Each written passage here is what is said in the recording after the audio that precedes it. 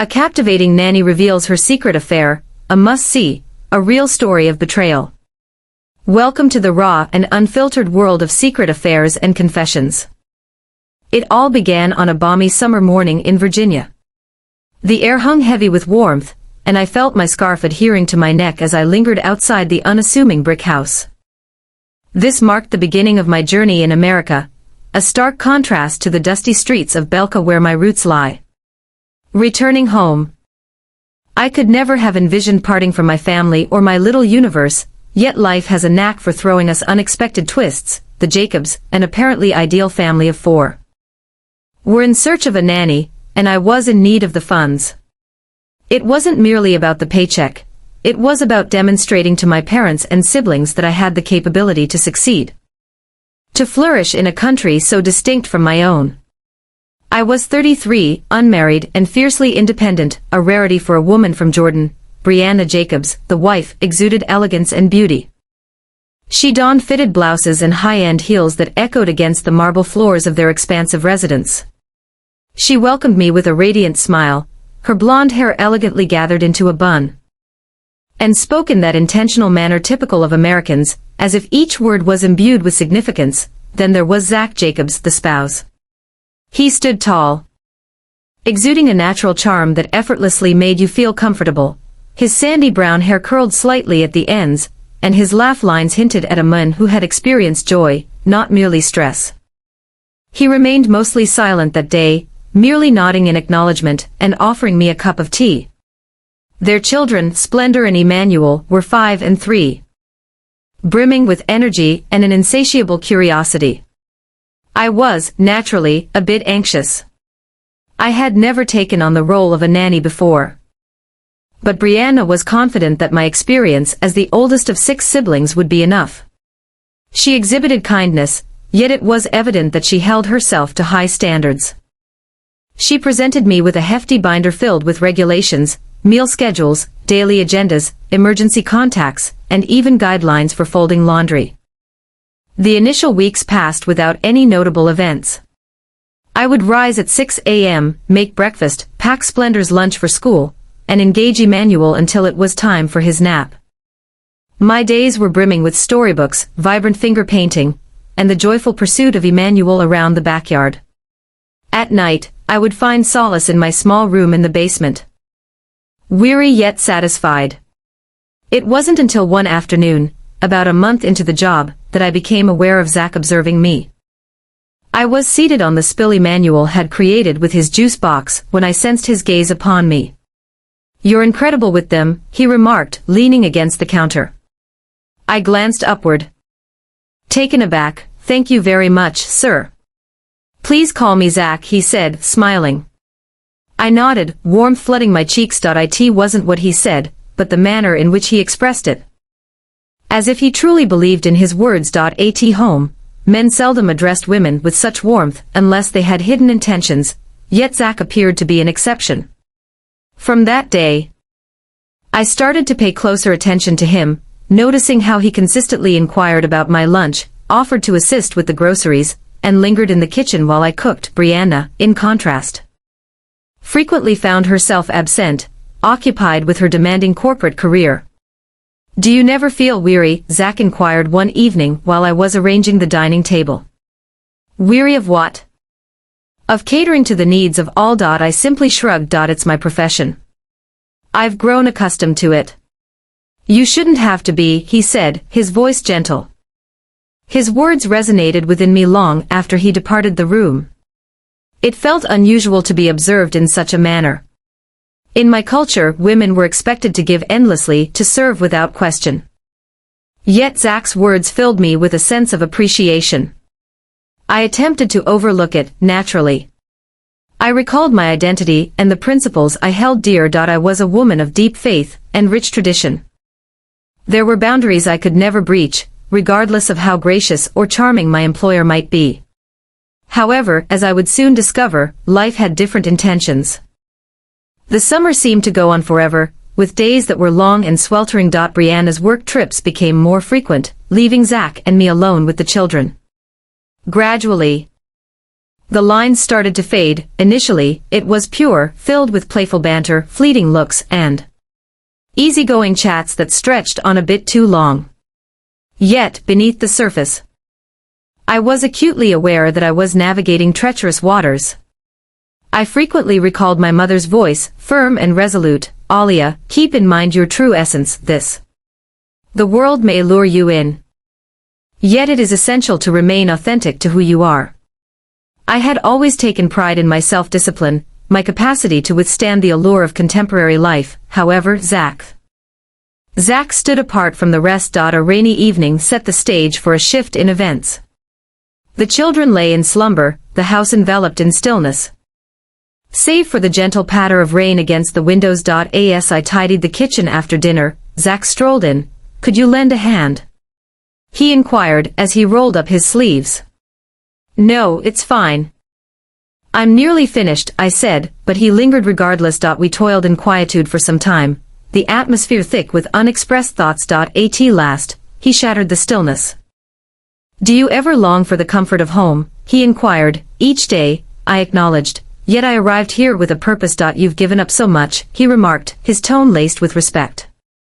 I gazed at him, taken aback. "What makes you say that?" "Because I perceive it. Your selflessness shines through, always prioritizing others and never voicing a complaint. It's uncommon." His words took me by surprise. No one had ever addressed me in such a manner before, not even in my hometown. I experienced an unusual blend of appreciation and remorse. As if I were violating something hallowed merely by paying attention. I dismissed the compliment, insisting it was nothing out of the ordinary. "It is to me," he replied, his gaze locking with mine. In that instant, a change occurred between us. It was understated, nearly undetectable, yet there existed a connection, a spark, a silent acknowledgement of something neither of us dared to name. I went to bed that night with a weight on my chest, caught in the struggle between my beliefs and the undeniable emotions that lingered within me. I sought strength, clarity, and the courage to remain on the right path. Yet, beneath the surface, I sensed that my reality was on the brink of transformation in ways I could never have envisioned. I believed I could maintain a sense of professionalism, that any transient bond one experienced with Zach would dissipate like a drifting cloud. However, existence is seldom that straightforward. Every day unfolded with fresh moments, minor and seemingly trivial at first glance, yet each one gradually wore down the barrier I had constructed around my heart. Brianna's. The absence turned into a habit. She was heading to conferences in New York, attending business meetings in Chicago, or enjoying overnight stays at luxury hotels I had only glimpsed in magazines. Zach took on the role of the unwavering parent, while I found myself in his shadow. Companion in the everyday turbulence of raising Splendor and Emmanuel, the children were utterly captivated by him. Splendor would nestle onto his lap during story time, her tiny hands gripping his shirt as he animatedly read aloud in whimsical voices. Emmanuel trailed behind him, echoing his every move. Shift. Observing them together, I caught a glimpse of Zach that was gentle and open, and it awakened something within me that I couldn't fully identify. One afternoon, while I was folding laundry in the living room, Zach entered with a box in his hands. He placed it on the coffee table, saying, "I thought you might like this." "What is it?" I inquired, wiping my hands on my apron. He lifted the lid of the box, unveiling a collection of cookbooks. "I've observed that you've been experimenting with new recipes recently. I hoped this could spark some inspiration for you." I gazed at him, utterly at a loss for words. It wasn't the present itself, but the sentiment that accompanied it. No one had ever seen the subtle details of my actions, much less valued them. "Thank you," I murmured, the words trembling as they lingered in my throat. "It's nothing," he replied, yet his gaze told a different story. That evening, once the children had drifted off to sleep, Zach and I found ourselves in the kitchen once more. These quiet moments after the chaos of the day had transformed into a sort of ritual. I was cleaning the counters when he began to speak. You put in a lot of effort, Aaliyah.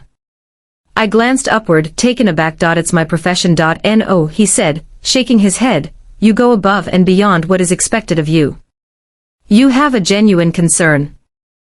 You cherish these kids as if they were your own. They're simple to adore, I remarked, attempting to divert the conversation. Indeed, you are. The words lingered in the space between us. Thick and fraught with tension. I stood still, uncertain of how to reply. Aaliyah, I started, but he cut me off.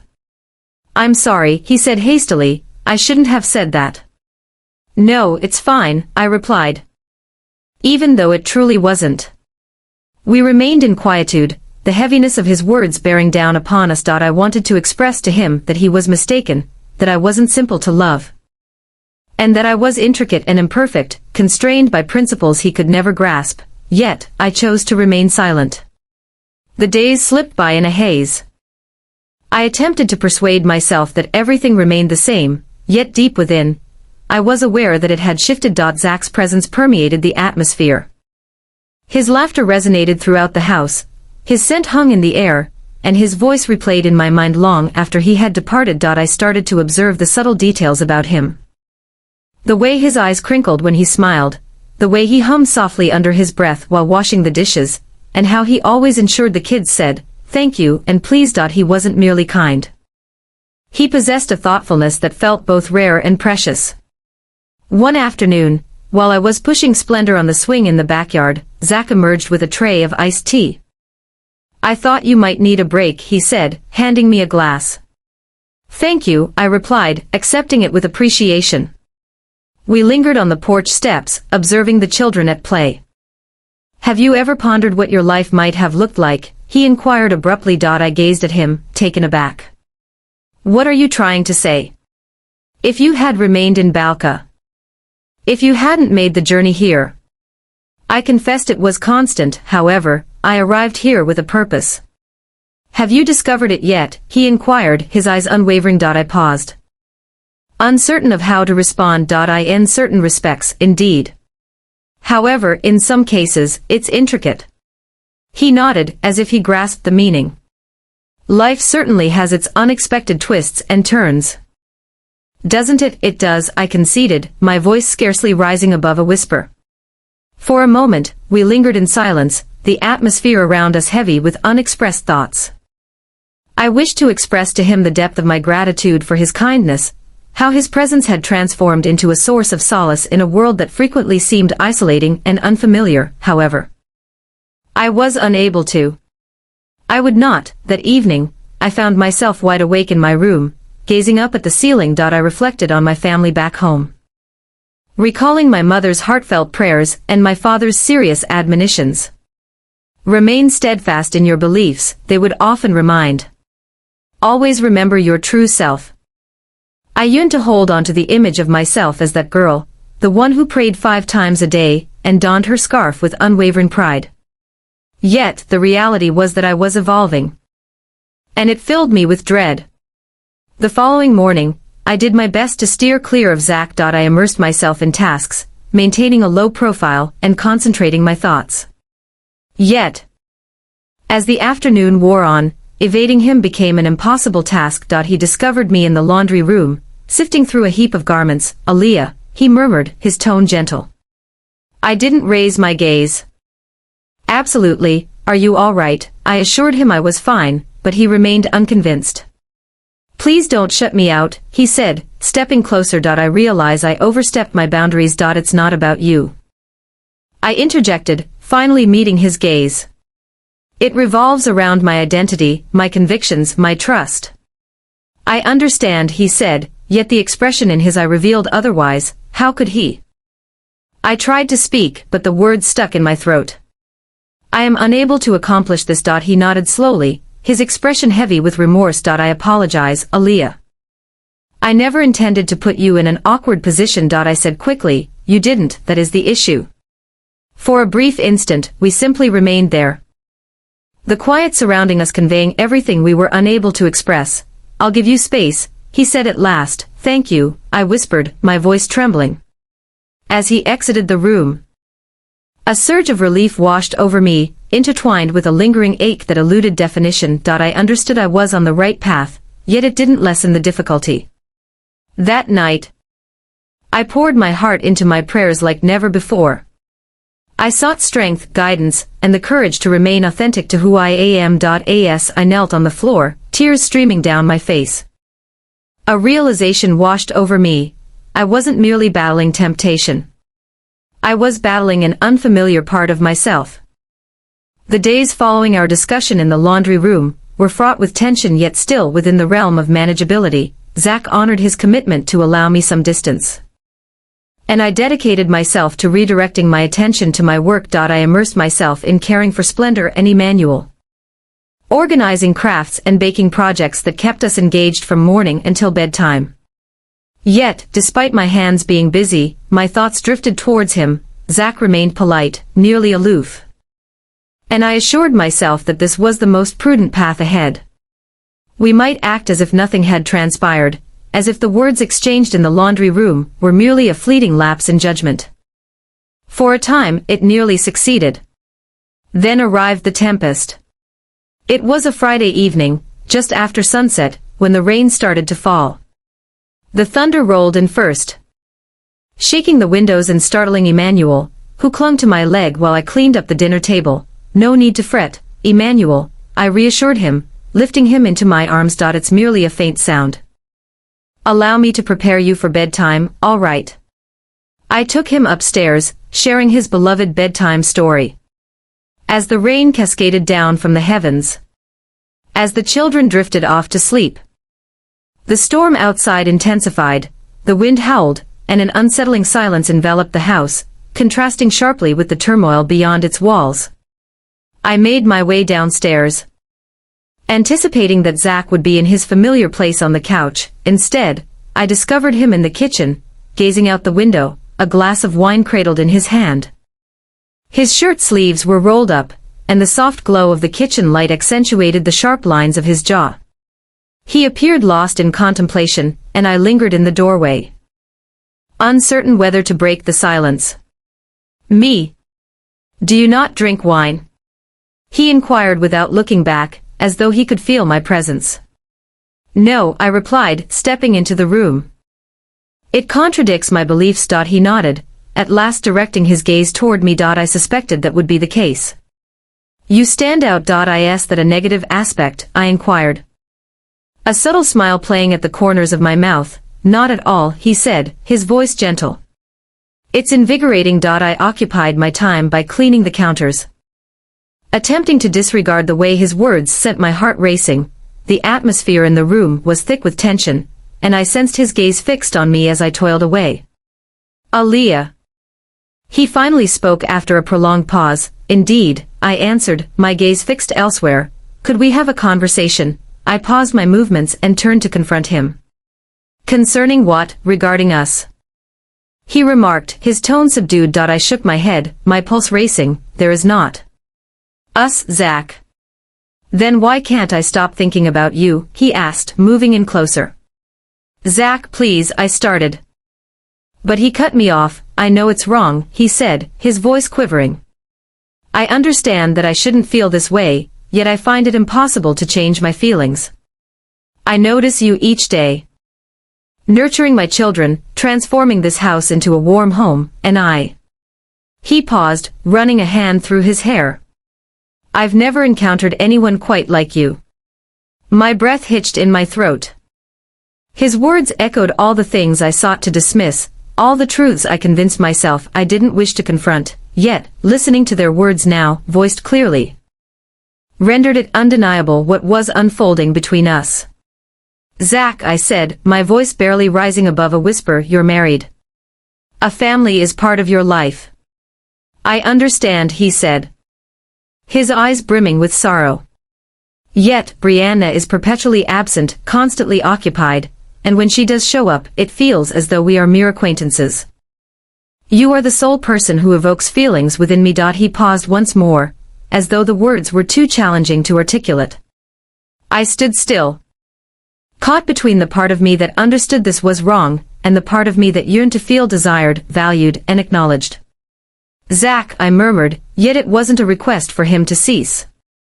It was a completely different experience, a yielding. He bridged the gap between us, his lips finding mine in a kiss that began softly, then intensified as we surrendered to the feelings we had both been resisting for so long. His hand glided down to my waist, drawing me nearer, and I felt myself dissolving into him. Losing sight of everything else, Brianna, the kids, my beliefs, my loved ones. At that instant, he was the sole focus. That night, we went beyond just a kiss. As the tempest howled beyond our walls, we stepped over a threshold that could never be retraced. He guided me upstairs to his bedroom, his touch sparking a flame within me that I had never realized was there. I allowed him to remove my clothing, his hands reverently exploring every part of my body as if I were something divine. In his embrace, I experienced a sense of beauty, strength, and complete liberation. It was completely different from what I had envisioned back home. Intimacy remained an unspoken subject, a taboo that lingered solely in hushed tones behind closed doors. However, with Zach, it was distinct. He was focused, understanding, and fervent, evoking emotions in me that I had never imagined could exist, for the first time in my life. I experienced a profound sense of being wanted. Once it concluded, we found ourselves intertwined, the rhythmic patter of rain drumming against the windows. I was aware that I ought to feel guilty. Perhaps even ashamed, and certainly disgusted with myself. However, I did not. Instead, I experienced an unusual tranquility, as if I had at last discovered the lost fragment of my being. The following morning, the weight of reality crashed down on me like a freight train. While preparing the children for breakfast, I steered clear of Zach's gaze. The burden of our actions heavy upon me, yet, when he locked eyes with me and offered a subtle, knowing smile, I experienced that same exhilarating rush of adrenaline that had coursed through me the previous night. It didn't end there. In the coming weeks, we discovered ourselves capturing fleeting moments whenever possible, a lingering touch as we brushed past in the hallway, a hushed conversation in the kitchen after the children had drifted off to sleep, a swift embrace behind closed doors. Every time, I convinced myself it would be the final instance. Yet it never turned out that way. Zach consumed my thoughts, and I found myself unable to break free from his allure.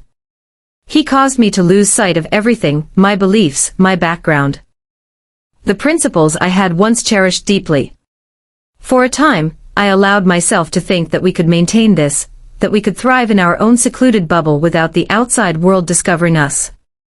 Yet, beneath the surface, I understood that it was only a matter of time before it all unraveled, and when the inevitable collapse occurred, it would result in nothing but ruin left behind.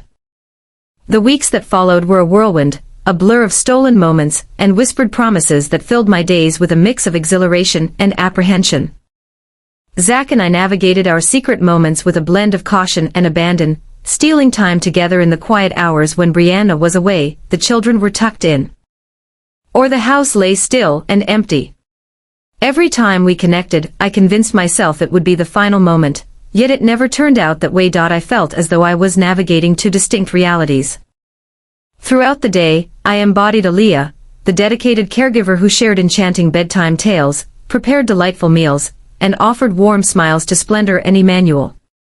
Yet, in the stillness of the night, as the world hushed and shadows enveloped the house, I transformed into a different person altogether. One who was intertwined with Zach in ways I had never experienced with anyone else. One evening, after the children were tucked into bed, Zach discovered me in the living room, diligently folding laundry. Brianna had departed that morning for yet another work trip, leaving the house in an unusual silence. He lingered in the doorway, observing me, his presence saturating the room long before he uttered a word. "Do you ever stop working?" he asked, a hint of amusement in his voice. I glanced upward, a smile creeping onto my face despite my better judgment. "It's essential for someone to ensure this place continues to operate smoothly." He moved across the room and settled next to me, our thighs lightly touching. "You're truly remarkable, do you realize that?" I chuckled quietly, shaking my head in amusement. "I'm simply fulfilling my responsibilities. No, he said, his tone now grave. You are beyond just that. Your contributions to this family surpass anything Brianna, or I could ever achieve. A wave of guilt washed over me at the mention of her name. It would be best not to express that. Why not? It is indeed true. I averted my eyes, concentrating on the heap of garments before me. You have feelings for her, Zach. She is your spouse. He exhaled deeply, his fingers combing through his hair. I care for her deeply, yet not in the way that feels right. This isn't how I feel for you. His words lingered in the atmosphere. Weighty and unmistakable. I felt the urge to confront him, to express that he was mistaken, that he couldn't truly love me, and that what we were engaged in was merely a misstep. Yet, I found myself unable to, for within me, I recognized that my feelings mirrored those thoughts. He extended his hand, his fingers weaving together with mine. Alia, gaze upon me. With a sense of hesitation, I raised my gaze to connect with his. The intensity of his gaze left me breathless. You mean everything to me, he said. I understand this may not be appropriate. Yet I can't fathom my existence without you. The tears I had been suppressing finally flowed, and he enveloped me in his embrace, holding me close as I wept. I apologize, I murmured. I never intended for this to occur, nor did I, he murmured gently. However, I have no regrets. As the weeks transformed into months, our secret became increasingly difficult to conceal. Brianna's absences allowed us to explore our secret connection, yet the times she returned felt intolerable. I steered clear of her whenever possible, feeling a deep sense of shame that kept me from meeting her gaze. She was gentle towards me, full of trust, and completely oblivious to the treachery brewing within her home. Alia, you've been an incredible gift to this family, she remarked one evening, as we gathered in the kitchen. I can't fathom how we got by before you arrived. Her words pierced through me. Sharp and unforgiving, yet I managed to muster a smile. Thank you, Mrs. Jacob. Please call me Brianna, she said, her laughter dancing in the air. You're almost like one of us. Her trust only intensified my guilt, yet it didn't deter me. Every night, once Brianna had settled into her slumber, Zach would seek me out. At times, our conversations would flow, while at other moments, we would just embrace, enveloped in the quietude of our surroundings. More often than not, we found ourselves in his bed, entwined in a fervor that made me lose sight of everything else. One evening, after Brianna had departed for a weekend conference, Zach and I enjoyed a bottle of wine in the living room. I hadn't intended to indulge, but he was persistent, filling a small glass and playfully coaxing me until I finally took a sip.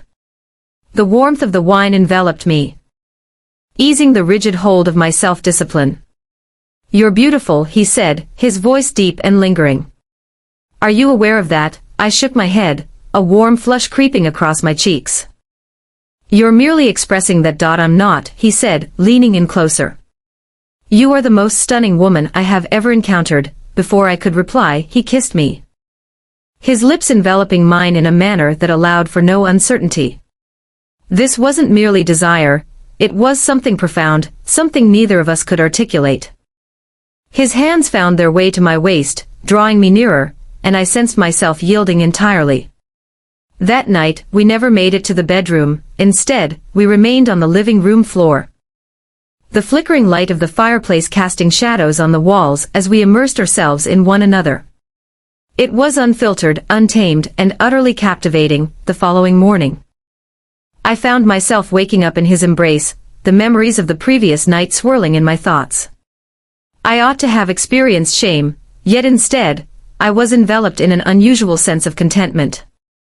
For the first time in ages, I sensed a feeling of belonging. As I got dressed and prepared breakfast for the children, Zach entered the kitchen, his expression gentle. Good morning, he murmured, pressing a gentle kiss to my forehead. Good morning, I responded, making an effort to maintain a calm tone. We need to have a conversation, he stated, his tone now grave. I acknowledged his insight with a nod, fully aware of its truth. We could no longer maintain the illusion that this was not occurring. We could no longer sustain the illusion of the world we had built, yet, even as I consented, a fragment of my being hesitated to release its grip. The days following that night in the living room drifted by in a blur. Zach and I grew increasingly audacious. Engulfed by the flames we had sparked. Every moment spent with him was like a precious gem, a hidden secret that I held dear yet dreaded at the same time. As we continued to share moments, the weight of guilt only intensified. Brianna returned from her conference the following Monday, her presence in the house a vivid reminder of the life Zach. We were taking it apart bit by bit. She radiated warmth and cheerfulness, blissfully unaware of the betrayal unfolding in the shadows. Observing her engage with the children, I was overcome by a profound sense of shame. She was not worthy of this fate. None of them did. One evening, after Brianna had gone to bed, I found myself sitting on the porch steps, gazing out at the shadowed heavens. The air was sharp, the stars strewn across the sky like delicate fragments of glass. I pulled my scarf snugly around my shoulders, attempting to shield myself from the cold and the tumultuous thoughts racing through my mind. Zach arrived shortly after, his footsteps gentle on the wooden floor. He took a seat next to me, so near that our shoulders touched. "You've been quiet," he remarked, his voice barely above a whisper. "I've been pondering," I responded, avoiding his gaze, "about our relationship." I nodded, feeling a constriction in my throat. "Zach, we cannot continue down this path." He let out a deep sigh, his fingers tangling in his hair. "I'm aware, it's intricate." "It's not merely intricate," I interrupted, my voice quivering. "It is incorrect. You possess a wife, a family, and I exist in this narrative. I've become completely immersed in this. I can hardly identify myself these days." He extended his hand toward mine, his touch soft and tender. "You remain uniquely you, Aaliyah. You are the one who cherishes my children as if they were your own. The one who has breathed new life into this home. Don't allow this to spoil everything." I withdrew my hand, tears burning in my eyes. "However, it has, Zach. Can't you see? Everything has been ruined." For the first time, his calm demeanor shattered. "I love you, Aaliyah," he said, his voice trembling with emotion. "I cannot bear the thought of losing you." His words pierced me deeply. I loved him as well, there was no denying that any longer. Yet, affection alone couldn't mend the wounds we had inflicted. "I love you too," I whispered. The confession tumbled out before I could halt it, but it's tearing me apart. In the week that followed, I came to a conclusion. I understood that remaining here was not an option. Not in this way. The burden of our actions was overwhelming, and I found it impossible to keep residing in a home constructed on deceit. I started looking for a new job discreetly, contacting agencies and families seeking a nanny. It was a challenge. I had developed a deep bond with Splendor and Emmanuel, and the idea of parting ways with them shattered my heart. Yet, I understood it was the sole path to my salvation. One evening, as I was tucking Splendor into bed, she looked up at me with her wide blue eyes and asked, "Aaliyah, are you leaving?" Her question caught me off guard. "What makes you think that, dear? You've been feeling down," she stated plainly, "and Dad says that people tend to go away when they're feeling that way." I managed a smile, gently tucking a strand of hair behind her ear. "I'm staying put for the moment, Splendor. It's time to rest." "All right," she nodded, her eyes gently shutting. As I exited the room, her words echoed in my thoughts. Individuals depart when they feel sorrowful. She was correct. I was departing, unable to remain in a space that had transformed into a confinement of my own creation. 2 weeks later, I submitted my resignation. Brianna was taken aback, her face reflecting a blend of bewilderment and worry. "Aaliyah, is everything all right?" she inquired, placing her coffee cup gently on the counter. "Indeed, Mrs. Jacob," I replied, maintaining a calm tone. "However, I have received another opportunity, and I believe it's time for me to transition to a new chapter." She appeared truly wounded. "Your presence has truly been invaluable to our family." "Are you certain about this?" I nodded, my gaze averted from hers. I am confident. Zach remained quite silent when I shared the news with him. He merely nodded, his jaw clenched, his eyes brimming with an emotion I couldn't fully identify. Fury, sorrow, remorse. I suppose I can't alter your perspective, can I? He inquired softly. No, I stated, my tone resolute. I must accomplish this task. The day I departed was filled with mixed emotions. Splendor and Emmanuel held onto me tightly, their tearful farewells shattering my heart. Brianna embraced me warmly, expressing her gratitude for all I had done for their family, and Zach remained motionless by the door, his hands tightly balled into fists at his sides. As I loaded my suitcase into the taxi, a peculiar sense of relief washed over me. The dwelling that had served as both my sanctuary and my confinement receded into the horizon as the vehicle drove off. I was uncertain about what lay ahead. Yet one truth resonated within me. I needed to rediscover who I truly was. I needed to rediscover the beliefs and principles I had left behind, and I had to let go of all my past mistakes. That night, in the small apartment I rented across town, I found myself kneeling on the floor, praying for the first time in months. A wave of tranquility enveloped me. I wasn't flawless, and I had my share of missteps. However, I was prepared to begin anew. Hello all, if you found this tale captivating, and wish to hear more like it, be sure to click that like button and subscribe for more astonishing stories each week. Be sure to enable notifications, ensuring you stay updated with every new development. If you possess your own adventurous tales to share or concepts you wish for us to bring to fruition, feel free to leave them in the comments. I would be eager to listen to them. Thank you for tuning in.